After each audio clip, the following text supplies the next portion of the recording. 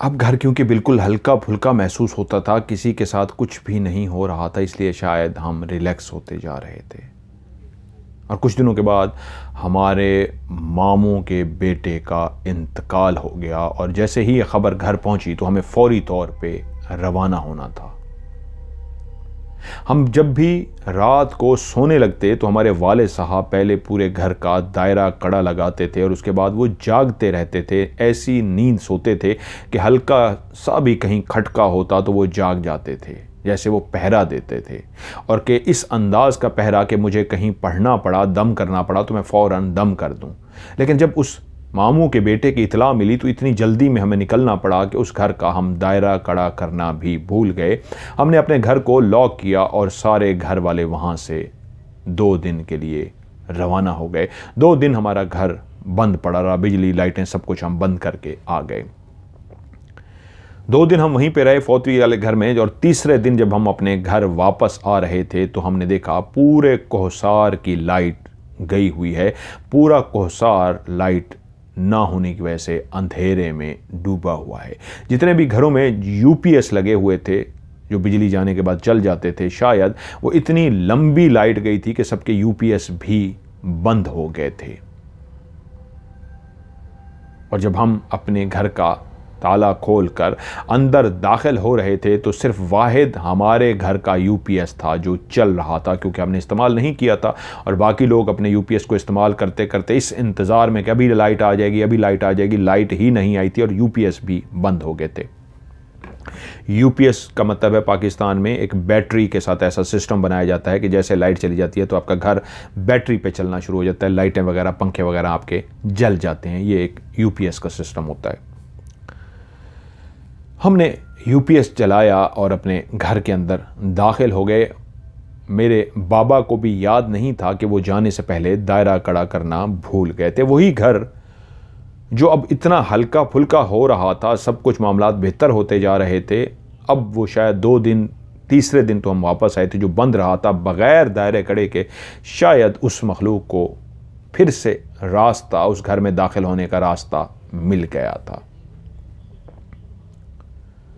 हम लोग घर पहुँचे थके हुए थे, क्योंकि वो एक फौतगी वाला घर था, वहाँ पे इस तरह सोना बहुत कम होता है। तो आते ही सबको नींद आ रही थी कि सब हम अपने अपने बिस्तरों में चले जाएं और हम लोग लेट जाएं। हम अपने अपने बिस्तरों पर लेट गए। हमारे घर के अंदर लाइट जल रही थी, बाकी पूरा इलाका अंधेरे में डूबा हुआ था। बिस्तर पर लेटते ही थोड़ी देर के अंदर ही हमें नींद आ गई, हम सब सो गए। लेकिन रात के कोई 2-3 बजे का टाइम होगा कि हमारा मेन दरवाज़ा ज़ोर ज़ोर से बजाया गया, ठक ठक ठक ठक। और उस दरवाजे के बजाने की वजह से बाबा भी जाग गए, मेरी आंख भी खुल गई, घर वाले सारे जाग गए कि इतनी ज़ोर से कोई दरवाज़ा बजा रहा था। और हमने देखा कि सिर्फ हमारे घर की लाइट जल रही है, अभी तक बाहर इर्द गिर्द किसी की लाइट नहीं है। तो बाबा बोले, इस वक्त कौन हो सकता है? तो मैंने कहा, बाबा इस वक्त रात को बाहर जाना ठीक नहीं है, जो भी है आप छोड़ दें। तो बाबा बोले, नहीं यार, कोई दरवाज़ा खटखटा रहा है, आखिर कोई आया है, किसी मदद चाहिए, कोई ज़रूरत है, कोई इमरजेंसी में ही किसी का दरवाज़ा खटखटाता है, ये कैसी बात है कि हम दरवाज़ा ही ना खोलें। तो मैंने कहा, बाबा लेकिन टाइम ऐसा है, पता नहीं क्यों दिल अजीब सा हो रहा है, ना खोलें। वो बोले, यार कुछ नहीं होता। वो अपनी जगह से उठे और उसी तरह चलते हुए जा रहे थे जिस तरह उन्होंने अपना ख्वाब सुनाया था कि ख्वाब के अंदर उन्होंने देखा था। वो देखते थे कि कोई दरवाज़ा खटखटाता है और वो सहन में पहुंचते बोलते हैं, यार आ रहा हूं भाई, आ रहा हूं। ऐसी ही आवाज़ मेरे कानों ने सुनी, क्योंकि मैं अपने बाबा का ख्वाब सुन चुका था। वो सहन में पहुंचते ही उसी तरह बोले, भाई आ रहा हूं, रुक तो जाओ। और दरवाज़ा मुसलसल खटखटाया जा रहा था कि बाबा ने जाकर दरवाज़ा खोला और गली में उतर गए देखने के लिए कि कौन है जो दरवाज़ा खटखटा रहा है। लेकिन बाबा जैसे ही दरवाज़ा खोल के बाहर निकले तो उसी वक्त वो हमारा कमरा जिसके अंदर यूपीएस की लाइट मौजूद थी, हमने पंखा चला रखा था, बाकी ज़ीरो वाले बल्ब जल रहे थे। तो उसी वक्त मैंने और मेरी माँ ने क्लियर देखा कि हमारे कमरे का दरवाज़ा आहिस्ता आहिस्ता आहिस्ता खुलना शुरू हो गया। ऑलरेडी खुला हुआ था, बाहर हवा नहीं थी, लेकिन मज़ीद इस अंदाज में खोला जा रहा था जैसे पूरे दरवाजे को कोई खोलना चाह रहा हो। और पूरा दरवाज़ा खुल गया। बाबा तो बाहर चले गए थे, अब तो कोई नहीं था, तो ये दरवाज़ा कौन खोल रहा है? मम्मी भी देख के चौंकी और मैं भी देख के चौंका कि ये क्या मंजर है कि उसी वक्त दरवाजे के बिल्कुल पीछे से कोई कमरे के अंदर दाखिल हुआ। यह आज तक का सबसे भयानक मंजर था जो मैंने और मेरी माँ ने देखा। एक ऐसा भयानक मंजर कि हमने देखा, क्योंकि उस दरवाज़ा खटखटाने की वजह से मैं भी अपने कमरे से जाग के आ गया था, पापा लोगों के कमरे में आ गया था कि कौन है, मैं देखता हूँ। पापा ने कहा नहीं तुम नहीं जाओ, मैं जाता हूँ। तो मैं वहीं पे बैठ गया कि मैंने और मेरी मम्मी ने देखा कि सामने दरवाजे के पीछे से जो आया था वो एक इंसानी कद के बराबर की ही चीज़ थी। जिस तरह इंसान का कद 5 फुट 8 इंच 9 इंच 10 इंच होता है, इतना ही उसका कद था। लेकिन एक साइड बिल्कुल उसकी इस अंदाज में थी जैसे कोई मर्द होता है, और उसके वजूद का बिल्कुल आधा हिस्सा ऐसे था जैसे कोई औरत होती है। आधा वजूद मर्द का था और उसका आधा वजूद औरत का था।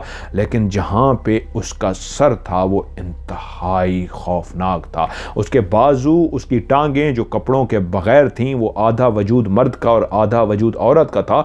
लेकिन जहाँ पे सर लगा हुआ था वहाँ पे एक इंतहाई खौफनाक सर था। एक लंबी सी गर्दन थी और उस गर्दन के ऊपर जो एक सर था, ऐसा लगता था जैसे भयानक कोई औरत नुमा मर्द हो। उसके एक साइड के बाल बिल्कुल बहुत ज़्यादा लंबे थे और एक साइड पे उसके बाल बिल्कुल छोटे छोटे थे। ये उसके सर पे बाल थे लंबे और बड़े, लेकिन जहाँ पे नीचे चेहरा था ये तो ना आंखें इंसान की तरह थीं, ना औरत ना मर्द की तरह थीं, बल्कि खड़ी आंखें थीं। इंसान की ऐसे लेटी आंखें होती हैं, इंसान ऊपर नीचे झपकता है, वो ऐसी सीधी आंखें थीं। वो लेफ़्ट राइट साइड से झपक रही थी या रहा था जो चीज़ भी थी। और उसके मुंह वाली जगह पे ऐसे मुंह था जैसे भयानक किसी जानवर का मुंह हो। उसका नाक वगैरह नहीं था, बड़ा सा एक अजीब सा मुंह, और उसके मुंह के ऊपर ही जैसे कोई सूअर का नाक सा होता है, अजीब सा ऐसा नाक सा ही था। इंसानी नाक नहीं था, जैसे किसी जानवर का मुंह और उसका नाक होता है, 2 सुराख होते हैं बड़े बड़े नाक के, ऐसा ही उसका एक अजीबो गरीब भयानक सा मुंह था। और उसकी वो जो दो आंखें, खड़ी उसकी आंखें थीं, वो बिल्कुल इस तरह की थीं कि उनके अंदर एक काली सी लाइन थी, बिल्कुल दरमियान में एक काली लाइन थी और दोनों तरफ से वो सफ़ेद थी। यानी बीच में काली लाइन, लेफ्ट और राइट पे बिल्कुल सफ़ेद, अजीबो गरीब सी आंखें। और जैसे ही मैंने और मेरी माँ ने उस भयानक सी चीज़ को देखा तो हम कपकपाना शुरू हो गए और फौरी तौर पे हमने विर्द करना शुरू कर दिया। और इतनी देर में पापा ऊपर की तरफ आ गए, और जैसे ही पापा ऊपर की तरफ आए उस चीज़ ने मुड़ के उसी वक्त पापा को पीछे देखा। और जैसे ही हमने उसको पीछे मुड़ते हुए देखा तो उसके पीछे बाकायदा उसकी पूँछ थी, जैसे जानवर की कोई पूँछ होती है उसी तरह उसकी पूँछ थी। उसका पीछे वाला हिस्सा बिल्कुल एक जानवर का था। सामने आधा मर्द आधी औरत, और पीछे वो बिल्कुल जानवर की तरह, उसकी दुम भी थी और उसका पूरा जिस्म जानवर की तरह था। यानी सामने से देखें तो वजूद इंसान की तरह वजूद लगता है, जैसे इंसान का सामने वाला वजूद होता है। पीछे वजूद ऐसा था जैसे बालों से भरा हुआ वजूद, और पीछे दुम जैसे बिल्कुल कोई जानवर हो। और जैसे ही पापा आने लगे वो एकदम से मुड़ा और उसी तरह दरवाजे के पीछे चला गया जैसे आया था। और हम दोनों कांप रहे थे, ठर ठर कांप रहे थे कि पापा अंदर दाखिल हो गए। हमें देखा दोनों को तो परेशान हो गए, क्या हुआ? तो हमने बताया हमने एक ऐसी अजीबो गरीब भयानक सी चीज़ को अभी दरवाजे के पीछे देखा है। उसी वक्त जल्दी से पापा दरवाजे से निकल के इधर उधर देखना शुरू हो गए, लेकिन वहाँ पे कुछ भी नहीं था। और बाबा को याद आ गया एक बहुत बड़ी गलती हो गई है। मामा ने पूछा क्या हुआ? तो वो बोले इमरजेंसी में हम निकले थे, क्योंकि ख़बर मौत की ऐसी थी कि बस सामान पैक किया और जल्दी से हम चले गए थे। 2 दिन वहीं पे रहे। मैं हमेशा घर को दायरा कड़ा करके जाता हूँ, लेकिन इस दफ़ा मैं दायरा कड़ा करना भूल गया था। मैंने घर को दायरा कड़ा नहीं किया। मम्मी ने पूछा बाहर कौन था? वो बोले बाहर कोई भी नहीं था। दरवाज़ा कितने ज़ोर से खटखटाया जा रहा था, लेकिन जब मैं बाहर गया हूँ तो बाहर कोई भी नहीं था। मैं जब देख लिया बाहर कोई भी नहीं है तो मैं दरवाज़ा जल्दी से वापस बंद करके अंदर आया हूँ। तो आप लोग डरे हुए थे और आप लोगों ने ये मंज़र देखा है, तो लगता है गलती हो गई है, बहुत बड़ी गलती हो गई है। लेकिन मैं अभी घर को दायरा कड़ा कर देता हूँ। उन्होंने उसी वक्त घर को दायरा कड़ा किया, लेकिन शायद बहुत देर हो चुकी थी। कुछ देर हम अपने बिस्तरों में खौफ की वजह से लेटे रहे, नींद नहीं आ रही थी, लेकिन आखिरकार नींद है जो आ ही जाती है। पहले ही बहुत ज़्यादा थके हुए थे, वाले साहब ने दायरा कड़ा कर दिया था, हम लोगों ने भी पढ़ के अपने ऊपर दम कर लिया था और हम सब सो गए। अंस कहते हैं सुबह जब मेरी आंख खुली तो मेरे 2 कज़न जो मेरे हम उम्र हैं वो घर आए हुए थे। वो नियाज की बिरयानी लेकर आए थे। मैं उठा तो देखा दोनों कज़न आए हुए हैं। मैं उनसे मिला, उनसे बातचीत की। उन्होंने कहा बस बिरयानी देने आए हुए थे। वो कहते हैं मेरे बाबा को बंदूकें रखने का बहुत शौक़ है, मुख्तलिफ़ किस्म की। उन्होंने छोटी बड़ी, मतलब उनको इंग्लिश में बोलूँगा तो शायद वो यूट्यूब वो लगा देता है, उर्दू में बंदूकें कह देता हूँ, छोटा पिस्तौल या बड़ा या इस तरह बड़ी बंदूक, इस तरह की काफ़ी उन्होंने रखी हुई थी। उनको बहुत शौक़ है, वो रखते होते हैं, लेकिन उनको हफाजत से लॉक करके और ख़ाली करके उनमें से गोलियाँ शोलियाँ निकाल के इस अंदाज में रखते हैं। तो वो जो कज़न मैं भी मिल गया तो वाले साहब आके बैठे तो हाँ भी और सुनाओ क्या हाल चाल है। तो वो कज़न बोले, ये उसी रात से अगले दिन का वाक़या है कि अंकल वो ना हमने कुछ तस्वीरें बनानी हैं, वीडियो बनानी है, तो आप हमें अपनी ज़रा बंदूकें तो दिखाएं, हम ज़रा वो उनके साथ तस्वीरें और वीडियो बना लेंगे। आपकी तो जदीद है, बड़ी ज़बरदस्त किस्म की है, ऐसी बहुत कम लोगों के पास होती हैं, तो हमने ज़रा वीडियो बनानी है। तो पापा बोले नहीं यार ये ख़तरनाक चीज़ें होती हैं, इनके साथ वीडियो तस्वीरें बनाना भी ठीक नहीं होता और ये काम ना करो। तो एक कज़न जो हमारा बहुत ही शरीफ सा है, वो बहुत शरीफ सा, उसने ज़िंदगी में कभी मक्खी भी नहीं मारी, बहुत प्यार करने वाला, बहुत शरीफ सा है, वो कभी किसी के फरमाइश भी नहीं करता, ज़िद भी नहीं करता, तो बहुत नाइस, उसकी जितनी भी तारीफ़ की जाए कम है। तो वो बोला अंकल मैं कहता हूँ मेरी बात मान लें, आपको पता है मैं कभी किसी से कोई चीज़ नहीं मांगता होता और बस तस्वीरें बना लेंगे। उस कज़न की बात सुन के पापा मान गए, क्योंकि वो वाकई कभी किसी के फरमाइश नहीं करता था, कभी कोई चीज़ नहीं मांगता था, खामोश रहने वाला, बहुत ही नेक, बहुत ही सुलझा हुआ, बहुत प्यारा बच्चा। जब उसने कहा तो पापा ने कहा यार ये कभी नहीं कहता। उसने कहा अच्छा चलो मैं दे देता हूँ, लेकिन बच्चे उनको छेड़खानी ना करना, सिर्फ वीडियो और तस्वीरें बनाओ और बस फिर वापस रख दो। उन्होंने कहा ठीक है। पापा ने अपनी बंदूकें, जो पिस्तौल, बड़ी बंदूक, ये वो जो चीज़ें थी वो लेके आए और उनको लॉक किया और उनको खाली करके, कि उनमें गोलियां शोलियाँ ना हो, खाली करके उनको कहा ये लो तस्वीरें बना लो। और हम कहते हैं हम सारे, मासी, घर में काम करने वाली, मैं, पापा, मम्मी, हम नीचे ड्राइंग रूम, लिविंग रूम में बैठ गए। कज़न वहाँ पे इस अंदाज में जो सामने कमरा था उसमें वो देखना शुरू किया। पापा उनको चीज़ें देखे कि चलो जी मैं अब खड़ा ना रहूँ, वो वीडियो शीडियो जो बनानी है, अपनी पोज बनाने होते हैं, तस्वीरों के स्टाइल मारने होते हैं, मार लें बच्चे, फिर उसके बाद मैं जाके बंद कर दूँगा। पापा हमारे साथ आके बैठ गए। अब वो इस अंदाज में आके बैठे कि शुरू में मैं बैठा था, मम्मी बैठी थी, मासी बैठी थी, एंड पे पापा बैठे थे। और कमरे के इस अंदाज में हम बैठे थे कि जिस तरफ उन लड़के हमारे कज़न लोग खड़े थे, वीडियो वगैरह बना रहे थे, उसके बिल्कुल सामने हम लोग बैठे हुए थे। अच्छा, उन्होंने तस्वीरें बनाई, वीडियो वगैरह बनाई, और वीडियो बनाते बनाते वही जो कज़न है ऐसे देखते देखते उसने कहा यार ये क्या लाक है, ये क्या है। उसने तस्वीरें के शोल मारते हुए, दिखाते हुए, शो मारते हुए ऐसे गोलियां भी डाल ली और उसका लाक भी खोल लिया, और ऐसे वीडियो बनाते बनाते एकदम से उसको क्या हुआ है, वो ऐसा बच्चा है ही नहीं कि उसके हाथ में ऐसे जैसे वो बंदूक थी उसके हाथ में, उसके पता नहीं क्या हुआ है, ऐसे उसने सीधी की है और 10 4 गोलियां निकल गई है। उसने चलाई नहीं है, वो ना चलाने वाला है, ना उसको चलानी आती है, वो तो देखना चाह रहा था। शरीफ साहब जिसने मक्खी भी नहीं मारी, वह कहां से गोलियां चलाएगा। वो खड़ा ऐसे देख ही रहा था, उसने अपने हाथ में ही पकड़ा था कि उसने सीधा किया और देखने ही लगा कि 4 गोलियां निकल गई। अब जिस तरफ वो खड़े थे और वहां से गोलियां आई तो पहले पहले मैं बैठा था, मेरे बाद मम्मी थी, उसके बाद मासी थी, आगे वाले साहब बैठे थे। असूलन तो इस हिसाब से जो 4 गोलियां थी पहले मुझे लगनी चाहिए थी, क्योंकि सामने मैं बैठा था, लेकिन मुझे एक गोली भी नहीं लगी, 3 गोलियां बाबा को एक जगह पे लग गई। और वो लड़का भी घबरा गया, वो हवास बाख्ता हो गया, वो कह रहा है कैसे चल गई, मैंने नहीं चलाई, मुझे नहीं पता ये है। वो भी डर गया, किसी को कुछ समझ ना आई।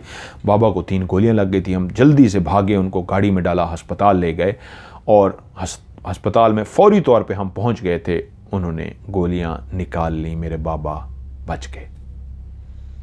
2 दिन तक ऑपरेशन वगैरह हुआ, या दूसरे दिन बाबा बिल्कुल ठीक हो गए और सबसे बात कर रहे थे, और हम जब बैठे हुए थे उनके पास अस्पताल में, उनसे बातें कर रहे थे, सारा कुछ कर रहे थे। 3 गोलियां लगने के बावजूद वो बिल्कुल अल्हम्दुलिल्लाह बच गए थे। हम बहुत खुश थे, अब होश में आ गए थे, हम सबसे बातें कर रहे थे, सब कुछ ठीक था। तीसरी रात सारे सोए हैं और रात का कौन सा पहर था कि मम्मी वहीं पे थी कि एकदम से पापा ने कहका लगाया ज़ोर से।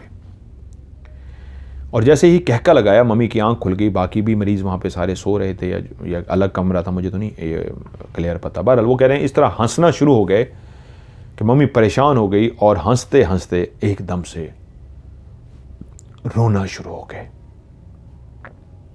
और फिर ये सिलसिला इस तरह शुरू हुआ, वो चुप हो जाते, एकदम से हंसना शुरू कर देते और हंसते हंसते एकदम से रोना शुरू करते। तीसरे दिन से ये मामला ऐसा शुरू हुआ, डॉक्टरों को बताया गया, डॉक्टर उनको इंजेक्शन लगा देते कि इनको नींद आ जाए। बाज़-औक़ात ऐसा होता है ऑपरेशन की सूरत में, जब इंसान के साथ ऐसा हादसा हुआ उसको टीका लगा देते, थोड़ी देर के बाद वो फिर जाग जाते, फिर हंसना शुरू कर देते, फिर रोना शुरू कर देते। कोई सोने की दवाई देते, कोई टीका देते, कुछ भी उन पे असर नहीं कर रहा था। हाँ, ये एक ज़रूर काम हो चुका था कि वो एकदम हंसते हंसते खामोश हो जाते और अपने सामने खड़े हुए उन लोगों का नाम लेते जो मर चुके थे, जिसमें उनके वालदैन भी, हमारे दादा दादी भी शामिल थे। क्योंकि एक दिन इसी तरह वो हंसते हंसते चुप हुए और दादा और दादी का नाम बोले, हाँ आगे हैं आप लोग मुझे लेने, हाँ ठीक है मैं चलता हूँ, हाँ ठीक है। और उसके बाद हंसना शुरू कर देते और फिर हंसते हंसते थोड़ी देर के बाद रोना शुरू कर देते। उनका दिमाग पलट गया था, उलट गया था। फिर थोड़ी देर के बाद फिर से रुक जाते और फिर कुछ और ऐसे लोगों का नाम लेते जो मर चुके थे, यानी उनके माँ बाप के अलावा कुछ और थे, रिश्तेदार वगैरह जो करीबी मर चुके थे, उनका नाम लेते और उनसे ऐसी बातें करते, अच्छा तुम आगे हो, बस मेरा ही इंतज़ार है, हाँ ठीक है बस चलते हैं। और उसके बाद चुप हो जाते, कभी रोते, कभी हंसते, कभी चुप हो जाते। डॉक्टर को समझ नहीं आ रही थी अस्पताल के अंदर ऐसी हालत क्या हो रही है। वो ऐसी बहकी बहकी बातें कर रहे हैं। डॉक्टर बता रहे थे इनका दिमाग उलट गया है, शायद ये कुछ दिमाग का असर हो गया है, क्या हुआ है। अजीब व गरीब सी बातें थी, लेकिन इससे भी बढ़ के ये था कोई भी दवाई उन पे असर नहीं कर रही थी। डॉक्टर जो भी उनको ट्रीटमेंट देने की कोशिश कर रहे थे, कोई भी ट्रीटमेंट उन पे काम नहीं कर रहा था। बस वो मुसलसल बातें किए जा रहे थे मरे हुए लोगों के साथ, ऐसी खौफनाक बातें जो हम सुन के लरस जाते थे कि ये कैसी बातें कर रहे हैं, कौन हैं, किस दुनिया से आए हुए लोग हैं। मरे हुए लोग अगर उनके सामने आ गए हैं तो उनसे पूछते अच्छा वो कहाँ है, अच्छा वो उधर है उसके पास, तो वो फिर कहाँ है, वो उधर है। ऐसी अजीब व गरीब से बातें होती कि हम डर जाते कि ये क्या बातें करें। अम्मी झंझोड़ती उनको बात करती, वो किसी को भी पहचान नहीं रहे थे। वो तो बिल्कुल ठीक हो गए थे, उनको होश आ गया था, सबसे बातें कर रहे थे, लेकिन अब हालत ये थी वो किसी को भी नहीं पहचान रहे थे। वो एक अजीब सी हालत में थे और बस बातें किए जा रहे थे उन लोगों से जो मर चुके थे। और वहीं पे फिर से वो हंसते रहे, ज़ोर ज़ोर से हंसते रहे। आज सबसे ज़्यादा हंसे थे और हंसने के बाद कहा, हाँ आगे हो, चलो बस ठीक है, मैं बस तैयारी कर रहा हूँ, चलो। और उसके बाद आंखें बंद कर ली। थोड़ी देर के बाद वो जाग जाते थे, रूटीन वाइज हो रहा था, ऐसे कहते और सो जाते थे। हमने कहा सो गए हैं, चलें थोड़ी देर तक जाग जाएंगे। थोड़ी देर तक जब नहीं जागे तो मम्मी को ऐसे डर सा लगा और मम्मी करीब गई और उनके वजूद पे हाथ रखा तो लगा कि वजूद ठंडा हो चुका है, वो इस फानी दुनिया से कूच कर चुके हैं।